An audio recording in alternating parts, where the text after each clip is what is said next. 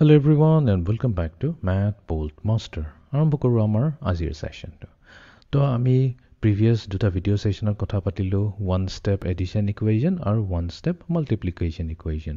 তো আজি আমি কথা পাতিম one step division equationৰ ওপৰত. So let us begin. Let's say we have the equation 7 times x. 7 times x is equal to 14. Now, before even trying to solve this equation, what I want to do is think a little bit about what this actually means. So ইয়াতে আমাক এটা equation দিছে 7 times x equals to 14. Again, আমাৰ দুটা কাম হ'ব। ফাৰ্ষ্টতে আমাৰ উলিয়াব লাগিব x ৰ ভ্যালু। তো আমি কম solve for x. Solve for x meaning to এইটো হ'ল x ৰ ভ্যালুটো উলিয়াও and then check if correct. ঠিক আছে, আৰু হেতু সলিউশনটো কাৰেক্ট হয় নে নাই আমি হেতু চেক কৰিব লাগিব। 7x equals 14. This is the exact same thing as saying 7 times x. Let me write it this way. 7 times x. Do the x in orange again. 7 times x is equal to 14. তো এটো ইয়াতে দি আছে 7x equals to 14, but এটো যদি আমি mathematical স্টেটমেন্টত লিখো তো আটো আমি ক'ব লাগিব 7 times x. 7 times x equals 14. 7 times x equals 14. It is 7 times x to ke ami actually compact form ba short form of 7x boli kole koy. To actually 7x or meaning hoise 7 multiply hoy ase x or logot eta variable x or logot. Ekani eta multiplication symbol to nedekhwale hoy jay jitia ami eta constant jeneko etu eta number hoise e number aru eta variable jodi ami multiply koru etuk ami ki koru ekeloge etu hitur logot ligo bas etu eka dhyan rakhibo lagibo je jontu constant number hoy hetu hodai variable or সন্মুখতে থাকে তাৰ পিছফালে না থাকে। For example আমি actually x7 ও লিখিব পাৰো কিন্তু আমি জেনাৰেলি এটো এভয়েড কৰো এনেকাকো আমি নিলিখো বিকজ ইয়াৰ মিনিং টু কমপ্লিটলি ডিফাৰেন্ট হৈ যায়। তো হদাই আমি এনেকা কৰি লিখিম 7 টো আগতে লিখিম তাৰ পিছত x লিখিম ঠিক তেনেকৈ 8x লিখিব পাৰো 2y লিখিব পাৰো। তো হদাই নম্বৰটো প্ৰথমতে লিখো তাৰ পিছতে আমি ভেৰিয়েবলটো লিখো। তো এইটো কেছতে আমাৰ এটা 7x দিছে তো ইয়াৰ মিনিং টু হৈছে 7 multiplied to x আৰু ইয়াৰ মাল্টিপ্লিকেশন কৰাৰ পিছত যেটা ভ্যালু আইছে হেতু হৈছে 14। তো এই ইকুৱেশ্যনটো সলভ কৰিবলৈ আমি উলিয়াব লাগে x ৰ ভ্যালুটো। এতিয়া এগেইন আৰম্ভ কৰাৰ আগতে আমি সদায় মনত ৰাখিবলৈ x ৰ ভ্যালু উলোৱাৰ কাৰণে আমি কি কৰিব লাগিব আইসোলেট কৰিব লাগিব। তাৰ মানে কি আমাৰ লেফট হ্যান্ড সাইডে এটা 7x আছে আমি কিবা কিবি কৰি পেলাই এই 7 টোক গুছাব লাগিব। কেনেকানো কৰে হেতু আমি এতিয়া সাম ভিডিওটোত। Is equal to 14. Now, you might be able to do this in your head. You could literally go through the 7 times tables. You say, well, 7 times 1 is equal to 7, so that won't work. 7 times 2 is equal to 14, so 2 works here. So you would immediately be able to solve it. You would be able to, just by trying different numbers out, say, hey, that's going to be a 2. But what we're going to do in this video is to think about how to solve this systematically. Because what we're going to find is as these equations get more and more complicated, you're not going to be able to just think about it and do it in your head. So it's really important that, one, you understand how to manipulate these equations, but even more important, understand what they actually represent. This এটি এই ইকুৱেশ্যনটো actually এটো বহুত simple problem হয় because আমি জানো x ৰ কি value হ'ব such that বিকজ যেহেতু মাল্টিপ্লাই হৈ আছে 7 into x equals to 14 এটো x ৰ কি ভ্যালু ললে এটোৱে আমাক ইকুৱেশ্যনটো ট্ৰু দিব। For example x equals to যদি 1 লও তেনেহলে আমি পাম 7 into 1 equals to right hand side আছে 14 but 7 1 is 7 হয় 7 equals to 14 এটোটো নহয় এটো মিছা কথা। তো আমি ইয়াতে not equal to কৈ দিম। তো তাৰ মানে x ৰ ভ্যালু 1 হ'ব নোৱাৰে। বাট আমি যদি x ৰ ভ্যালু 2 লৈ লও তেনেহলে কি হ'ব আমাৰ থাকিব 7 into x x ৰ জায়গাত আমি লিখিলো 2 আৰু ইফালে আছে আমাৰ 14 বাট আমি জানো 7 ৰ টেবুলত যদি চাও তেনেহলে 7 2 যা 14 হয় 14 equals to 14 এটো ট্ৰু হয়। এটো যদি ট্ৰু তাৰ মানে এটো ট্ৰু ইভেন এটো ট্ৰু। তো তাৰ মানে ইয়াতে x equals to 2 হয়।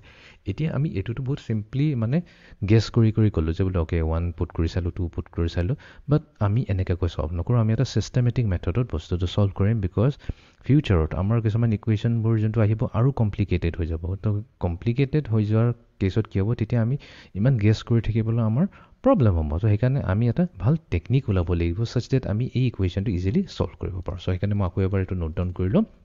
তো আমাৰ অৰিজিনাল ইকুৱেশ্যনটো হৈছে 7x equals to 14.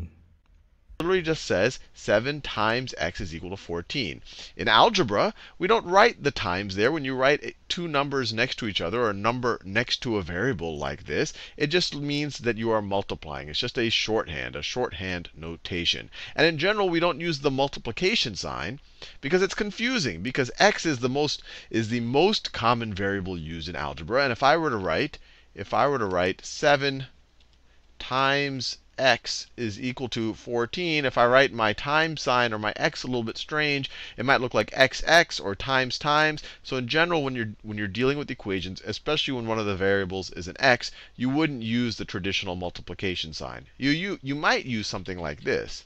You might use dot to represent multiplication. So you might have 7 times x is equal to 14. But this is still a little unusual. If you have something multiplying by a variable, you'll just write 7x. That literally means 7 times x. মই এইটো কথা already কৈ থৈছোঁ। তো generally আমি কি কৰোঁ, 7xৰ মিনিংটো হৈছে 7 মাল্টিপ্লাইড টু x। বাট জেনেৰেলি আমি এই মাল্টিপ্লিকেশ্যন চিম্বলটোকে ইউজ নকৰোঁ, কাৰণ কেতিয়াবা এই মাল্টিপ্লিকেশ্যন চিম্বল আৰু এক্সটো কনফিউজন হৈ যাব পাৰে। এইটো দেখাত লাগিব পাৰে 7xx। তো সেইকাৰণে আমি এনেকুৱাকৈ নিলিখি পেলাই আমি এনেকুৱাকৈ লিখিব পাৰোঁ 7.x। বাট ইউজুৱেলি আমি এই ডটটো নিলিখোঁ। ডট মানে মাল্টিপ্লিকেশ্যনে হৈ যায়, বাট এই ডটটো নিলিখোঁ, নহ'লে এইটো হ'ব আকৌ ডেচিমেল টাইপ দেখাত লাগি যায় 7.x। সেইকাৰণে আমি কি কৰোঁ, এইটো ৱে আৰু এইটো ৱে, ইভেন দো গোটেই দুইটাই কাৰেক্ট, আমি এইটোক এভইড কৰোঁ। তো আমি কি কৰিম, চিম্পলি নাম্বাৰটো ল'ম আৰু তাৰপিছত ভেৰিয়েবলটো লগাই দিম। তো এইটো হৈ যাব 7x। এইটো হৈছে 7 মাল্টিপ্লাই টু x, বাট আমি কম্পেক্ট ফৰ্মত লিখিছোঁ 7x। Now, to understand how you have to, or how you can manipulate this equation to solve it, let's visualize this. So 7 times x, what is that? That's the same thing. So I'm just going to rewrite this equation, but I'm going to rewrite it in visual form. So 7 times x. So that literally means x added to itself 7 times. That's the definition of multiplication. So it's literally x plus x plus x plus x plus x. Let's see, that's 5x's plus x plus x. So that right there is literally 7x's. This is 7x right there. Let me rewrite down. This right here is 7x. Now, তো এতিয়া আমি এটা কাম কৰিলোঁ, visualisation কৰিবলৈ চেষ্টা কৰিম। তো 7x মিনিংটো কি হ'ল মই কৈ থৈছোঁ, এইটো হৈছে আমাৰ 7 টাইমছ x। তো তাৰমানে আমাৰ কি হৈছে, x আছে এটা ভেৰিয়েবল যোনটো 7 টাইমছ ৰিপিট হৈ আছে। 7 টাইমছ ৰিপিট হোৱাটোকে আমি ইন আদাৰ ৱৰ্ডছ ক'ব পাৰোঁ x নিজৰ লগতে এড হৈ আছে 7 টাইমছ। তো আমি 7টা x ল'ব লাগিব। তো 1 2 3 4 5 6 7 এনেকৈ টোটেল 7টা 7 ল'লোঁ আৰু গোটেইকেইটাকে এড কৰিলোঁ। সেইটোৱে আমি একচুৱেলি কম্পেক্ট ফৰ্মত লিখোঁ 7x। Now this equation tells us that 7x is equal to 14. So this saying that this is equal to 14. Now let me just draw 14 objects here. So let's say I have 1, 2, 3, 4, 5, 6, 7, 8, 9, 10, 11, 12, 13, 14. So literally we're saying 7x is equal to 14 things. These are equivalent statements. Now the reason why I drew it out this way is so that you really understand what we're going to do when we divide both sides by 7. So let me erase this. তো এতিয়া এইটো দিয়া আছে equals to 14। তো equals to 14 আমি এটা assume কৰিলোঁ, ইয়াতে 14টা কিবা বস্তু আছে, 14টা এপেল বুলি কৈ ধৰিলোঁ। তো এটা আমি এটা কাম কৰোঁ, এইখিনি আকৌ মই ৰিড্ৰ কৰি লওঁ। এইটো কপি কৰি এইখিনিত মই ফ্ৰেছকৈ লৈ লওঁ, এইটো হৈ লওঁ আৰু এই লাষ্টত থকা দুটা এক্সটো মই এটা লাইনত লিখোঁ, তেতিয়া বস্তুটো বুজিবলৈ ইজি হ'ব। এইটো হৈ যাব ইকুৱেলছ টু 14। 14ৰ কাৰণে আমি কি কৰিম, লৈ লওঁ 14টা এপল। চ' লেটছ চে এইটো হৈ গ'ল আমাৰ এপল 1, এইটো হৈ গ'ল আমাৰ এপল 2, এইটো হৈ গ'ল এপল 3, 4, 5, 6 আৰু এইটো হৈ গ'ল আমাৰ 7। তো আমাক যিহেতু টোটেল 14টা লাগে, মই কি কৰিম, এই গোটেইখিনি একেবাৰে কপি কৰি ল'ম আৰু পেষ্ট কৰি দিম। তাৰ মিনিংটো এইটো হৈ যাব, মোৰ তাত আৰু থাকিব টোটেল 14 এপলছ এইটো চাইডে আছে। ঠিক আছে। Right here. So the standard step whenever, oh, I didn't want to do that. Let me do this, and let me draw that last circle. এতিয়া সলভ কৰাৰ মিনিংটো এইটোৱে হৈ গ'ল।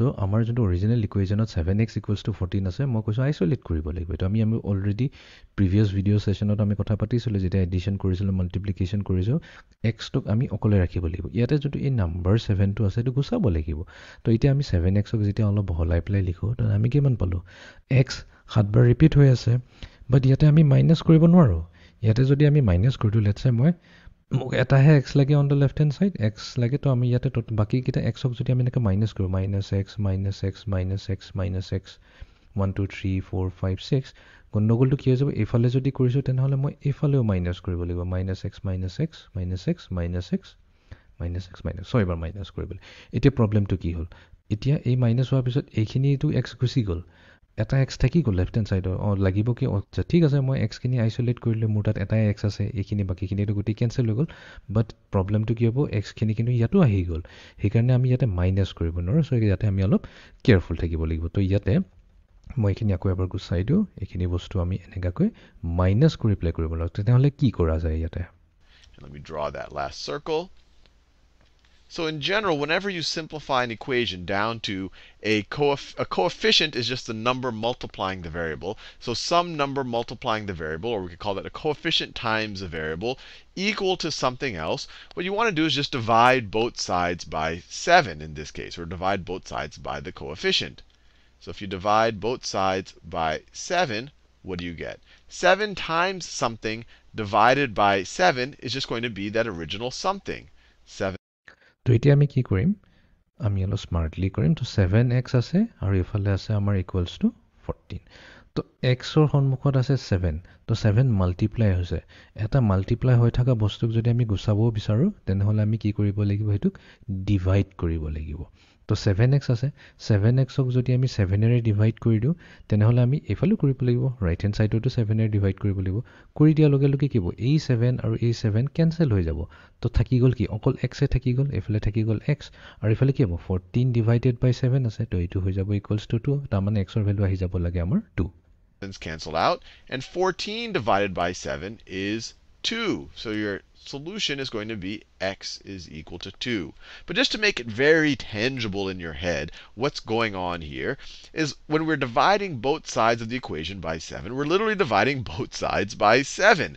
This is an equation. It's saying that this is equal to that. Anything I do to the left-hand side, I have to do to the right. If they start off being equal, I can't just do an operation to one side and have it still be equal.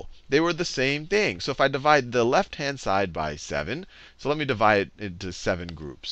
So there are 7 x's here. So that's 1, 2, 3, 4, 5, 6, 7. So it's 1, 2, 3, 4, 5, 6, 7 groups. Now if I divide that into 7 groups, I'll also want to divide the right-hand side into 7 groups. 1, 2, 3, 4, 5, 6, 7. So if this whole thing is equal to this whole thing, then each of these little chunks that we broke into, these 7 chunks are going to be equivalent. So this chunk you could say is equal to that chunk.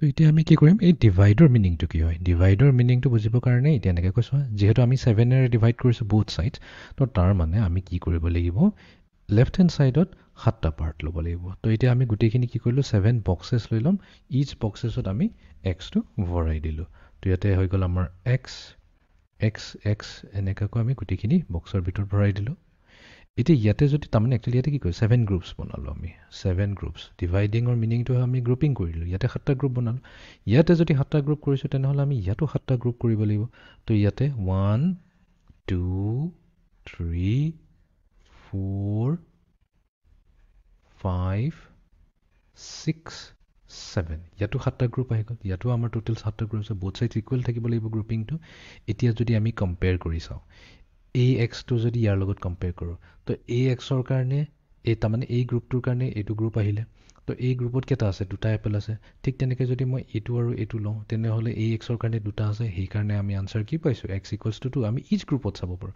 এইটো গ্ৰুপৰ কাৰণে 2টা Apple এইটোৰ কাৰণে 2টা এইটোৰ কাৰণে 2টা এইটোৰ কাৰণেও 2টা আৰু এইটোৰ কাৰণেও 2টা তো ইচ এক্সৰ কাৰণে আমি কি পাইছোঁ 2টা এপল পাইছোঁ তো সেইকাৰণে আমি ইয়াতে আইচলেট কৰিলোঁ আইচলেট কৰাৰ পিছত আমি এক্সৰ ভেলু কি পাইছোঁ 2 পাইছোঁ এইটো মই ভিজুৱেলাইজেশ্যন কৰি পেলাই শিকালোঁ এনেই যদি আমি ইকুৱেশ্যন ফৰ্মত কৰোঁতে একেবাৰে চিম্পল হৈ যায়। This chunk is equal to this chunk. They're all equivalent chunks. There's 7 chunks here, 7 chunks here. So each x must be equal to 2 of these objects. So we get x is equal to, in this case, we had the objects drawn out where there's 2 of them. X is equal to 2. Now, let's just do a couple more examples here, just so it really gets in your mind that we're dealing with an equation, and any operation that you do to one side of the equation, you should do to the other. So let me scroll down a little bit. So let's say I have 3x is equal to 15. Now once again you এতিয়া আমি এটা next প্ৰব্লেমেৰে বস্তুটো কৰিবলৈ চেষ্টা কৰোঁ আৰু clear হৈ যাব। তো আমাক এতিয়া প্ৰব্লেমটো দিছে 3x equals to 15. 3x equals to 15. might be able to do this in your head. This is saying 3 times some number is equal to 15. You could go through your 3 times tables and figure it out. But if you just wanted to do this systematically, and it is good to understand it systematically, you say, okay, this thing on the left is equal to this thing on the right. What do I have to do to this thing on the left to have just an x there? Well, to have just an x.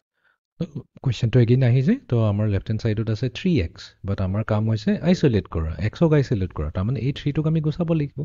এতিয়া 3x মানে কি 3 times x, 3টো multiply হৈ আছে এক্সৰ লগত। তো যদি আমি এই 3টোক গুচাব বিচাৰোঁ তেনেহ'লে আমি কি কৰিব লাগিব? 3ৰে ডিভাইড কৰিব লাগিব। তো 3xক আমি কি কৰিম? 3ৰে ডিভাইড কৰিম।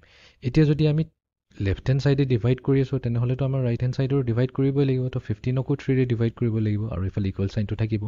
এতিয়া 3x ডিভাইডেড বাই 3 তাৰমানে কি এই 3 আৰু এই 3টো কেঞ্চেল হৈ যাব, থাকি গ'ল কি x হৈ গ'ল আইচলেট। আৰু এইফালে আমাৰ 15 ডিভাইডেড বাই 3 কি হয়? 15ক যদি আমি 3ৰে ডিভাইড কৰি দিওঁ তেনেহ'লে আমি পাই যাম 5। তো এইটো হৈছে আমাৰ আনচাৰ। আৰু আমি ভেৰিফাই কৰিও চাব পাৰোঁ 3x এইটো আমাৰ অৰিজিনেল ইকুৱেশ্যন আছে। এক্সৰ জেগাত যদি আমি 5 দি দিওঁ 3 × 5 হৈ যাব, আৰু এইফালেতো 15 অলৰেডি দিয়াই আছে। এতিয়া 3 5 যে কিমান হয়? 3 5 যে হৈ যায় 15। তো 15 ইকুৱেলছ টু 15 পাইছোঁ, তাৰমানে য়েছ ডেফিনেটলি x ইকুৱেলছ টু 5 আমাৰ আনচাৰ হ'বই হ'ব। এগেইন আমি যদি ভিজুৱেলাইজেশ্যন কৰি পেলাইও চাওঁ একেই হ'ব। 3x মানে কি? x আছে আমাৰ কেইটা? 3টা আছে। x 3বাৰ এড হৈ আছে, আৰু এইফালে আছে 15। এগেইন আমি যদি 15টা এইবাৰ এপলছ নকওঁ, অলপ মই ইজি বস্তু ল'লোঁ য'ত আঁকিবলৈ ইজি হয়। মই চাৰ্কেলছ ল'লোঁ 1 2 3 4 5 6 7 8 9 10 11 12 13 14 15। এতিয়া আমাৰ নেক্সট টাস্কটো হৈছে গ্ৰুপিং কৰিব লাগিব। তো কি কৰিছিলোঁ আমি? 3xক আইচলেট কৰিবৰ কাৰণে আমি 3ৰে ডিভাইড কৰিছোঁ। এই 3ৰে ডিভাইড কৰাৰ মিনিংটো এইটো হয় আমি 3টাকৈ গ্ৰুপিং কৰিছোঁ। তো এতিয়া যদি আমি লেফ্ট হেণ্ড ছাইডত চাওঁ আমি 3টা গ্ৰুপ বনাম, গ্ৰুপ 1, গ্ৰুপ 2, গ্ৰুপ 3। ঠিক তেনেকৈ ইয়াতো আমি 3টা গ্ৰুপেই বনাব লাগিব। Very careful. Group 1, group 2, group 3। আৰু ডিভিজনৰ মিনিংটো এইটোৱে হয়, গ্ৰুপিং যেতিয়া কৰা ইকুৱেল হ'ব লাগিব। তাৰমানে লেফ্ট হেণ্ড ছাইডে যদি চাওঁ আমাৰ 3টা গ্ৰুপ আছে, ইচ গ্ৰুপত কি কৈ আছে? এটা এটা কৈ আছে। ঠিক তেনেকৈ আমি যদি ৰাইট হেণ্ড ছাইডত চাওঁ ইয়াতো আমি 3টা গ্ৰুপেই কৰিছোঁ, বিকজ আমি এইফালেতো 3টাই ডিভাইড কৰিব লাগিব, ৰাইট? 3টা গ্ৰুপিং কৰিছোঁ। আৰু গ্ৰুপিং কৰোঁতে এইটো চাব লাগিব যে ইচ গ্ৰুপত মানে ইকুৱেল নাম্বাৰ অফ এলিমেণ্টছ আছে, যেনেকৈ 1 2 3 4 5 5টা চাৰ্কেল, ইয়াতো 5টা, ইয়াতো 5টা। এতিয়া আমি ধুনীয়াকৈ চাব পাৰিম যে এই এক্সৰ কাৰণে যদি মই এইটো কওঁ কেইটা আছে? 5টা চাৰ্কেল। axৰ কাৰণে 5টা চাৰ্কেল আৰু axৰ কাৰণে 5টা চাৰ্কেল। সেইকাৰণেতো আমি আনচাৰ কি পাইছোঁ? x ইকুৱেলছ টু 5 পাইছোঁ। X there, I want to divide it by 3. And my whole motivation for doing that is to have 3 times something divided by 3. The 3's will cancel out, and I'm just going to be left with an x. Now, 3x was equal to 15. If I'm dividing the left side by 3, in order for the equality to still hold, I also have to divide the right side by 3. And what does that give us? Well, the left-hand side, we're just going to be left with an x. So it's just going to be an x. And then the right-hand side, what is 15 divided by 3? Well, it is just 5. Now, you could have also done this equation in a slightly different way, although they are really equivalent. If I start with 3x is equal to 15, you might say, hey, Sal, instead of dividing by 3, I could also get rid of this 3. I could just be left with an x if I multiply both sides of this equation by 1/3. So if I multiply both sides of this equation by 1/3, that should also work. You say, look, 1/3 of 3 is 1. Right? When you just multiply this part right here, 1/3 times 3, that is just 1. 1x is equal to 15 times 1/3 is equal to 5.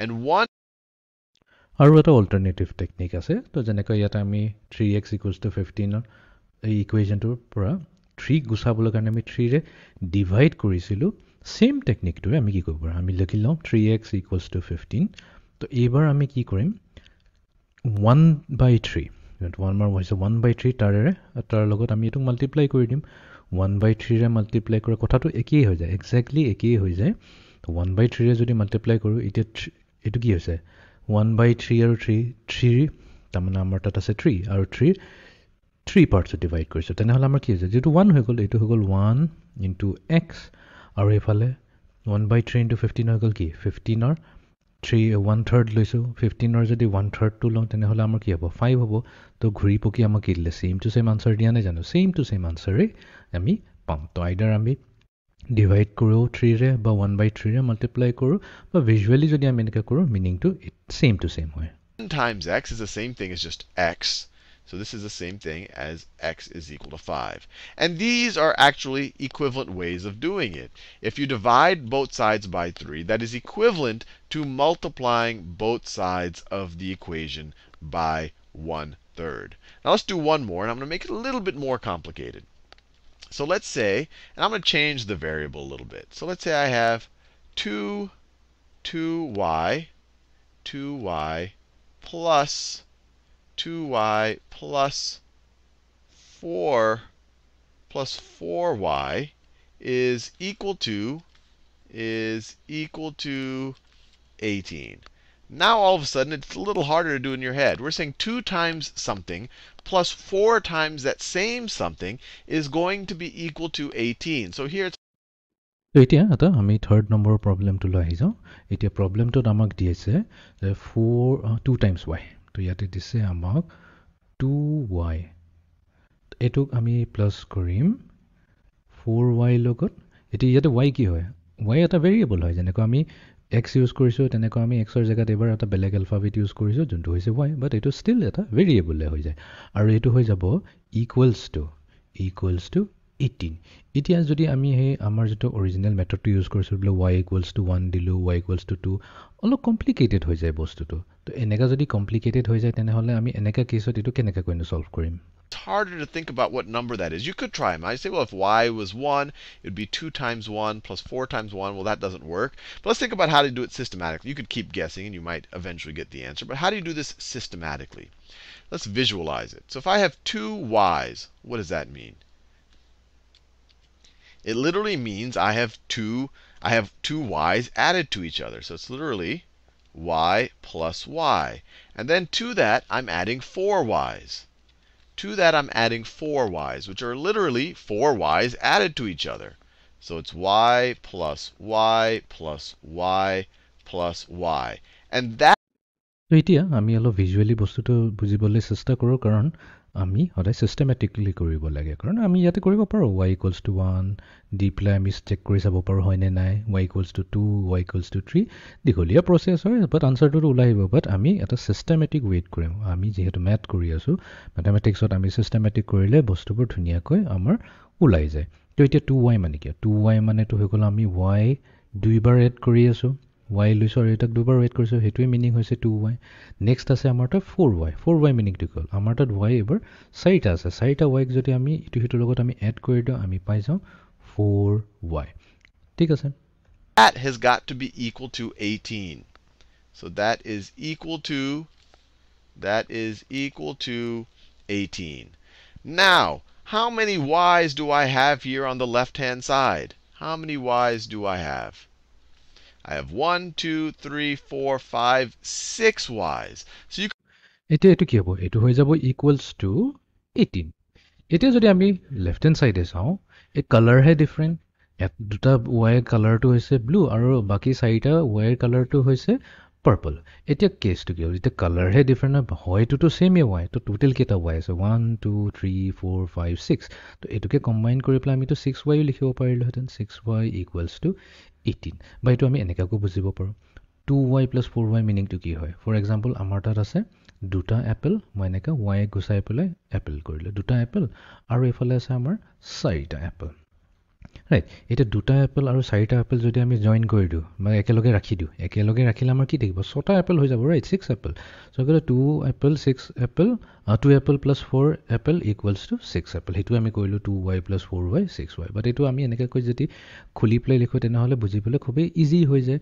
Of course আমি এক্সামত directly 2y plus 4y equals to 6y লিখি দিলে হৈ গ'ল এতিয়াতো বাকীখিনিতো একেবাৰে simple process এতিয়া wire সন্মুখত কি লাগি আছে 6 লাগি আছে 6টো গুচাবলৈ কাৰণে আমি কি কৰিম এইফালে 6ৰে ডিভাইড কৰি দিম তো এয়া যদি লেফ্ট হেণ্ড ছাইডে কৰিছোঁ তো ৰাইট হেণ্ড ছাইডতো কৰিব লাগিব 6 আৰু 6 গুচি গ'ল তেনেহ'লে আমাৰ তাত ফাইনেলি থাকিলে লেফ্ট হেণ্ড ছাইডত y আৰু ইফালে 18ক আমি 6ৰে ডিভাইড কৰিছোঁ তো 18ক 6ৰে ডিভাইড কৰিলে আমি পাই যাম 3 তো তাৰ মানে 2y plus 4y equals two 18 এই যোনটো ইকুৱেশ্যন আছে এই ইকুৱেশ্যনটোত আমাৰ যোনটো y ভেলুটো হ'ব ইকুৱেলছ টু 3 আমি ইভেন ভেৰিফাই কৰি ল'ব পাৰোঁ চ' 2 ইনটু y জেগাত আমি দিলোঁ 3 প্লাছ 4 multiplied to 3 চাওঁচোন এইটো ইকুৱেলছ টু 18 হয়নে নাই 2 3 যে কিমান হৈ গ'ল 6 প্লাছ 4 3 যে 12 ইকুৱেলছ টু 18 এতিয়া 6 আৰু 12 এড কৰিলে আমি কি পাম 18 পাম 18 ইকুৱেলছ টু 18 চ' য়েছ আমাৰ y ভেলু 3 হয় বাট আমি এইটো কি কৰিলোঁ আমি চিষ্টেমেটিকেলি কৰিলোঁ বস্তুটো আমি ষ্টেপ বাই ষ্টেপ এনেকৈ চিষ্টেমেটিকেলি কৰিলোঁ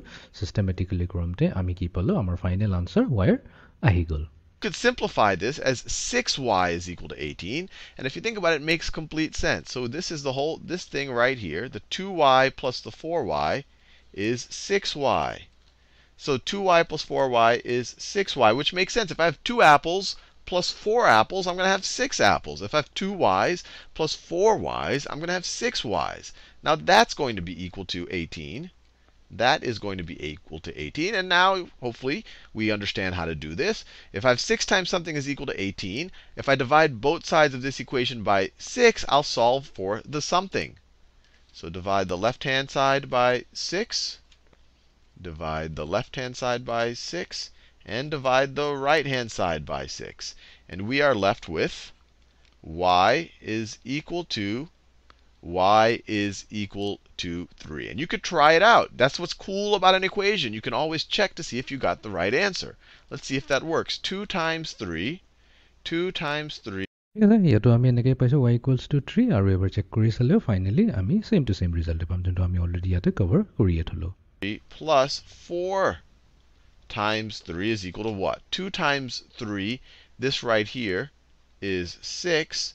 And then 4 times 3 is 12. 6 plus 12 is indeed equal to 18. So it works out. So I hope বস্তুবোৰ ক্লিয়াৰ হৈ গ'ল এইটো এটা বহুতেই ইম্পৰ্টেণ্ট ছেশ্যন আছিলে আজি আমি ইয়াতে ডিভিজন ৰিলেটেড আমি ইকুৱেশ্যন ছল্ভ কৰিবলৈ শিকিলোঁ so' see in the next session thank U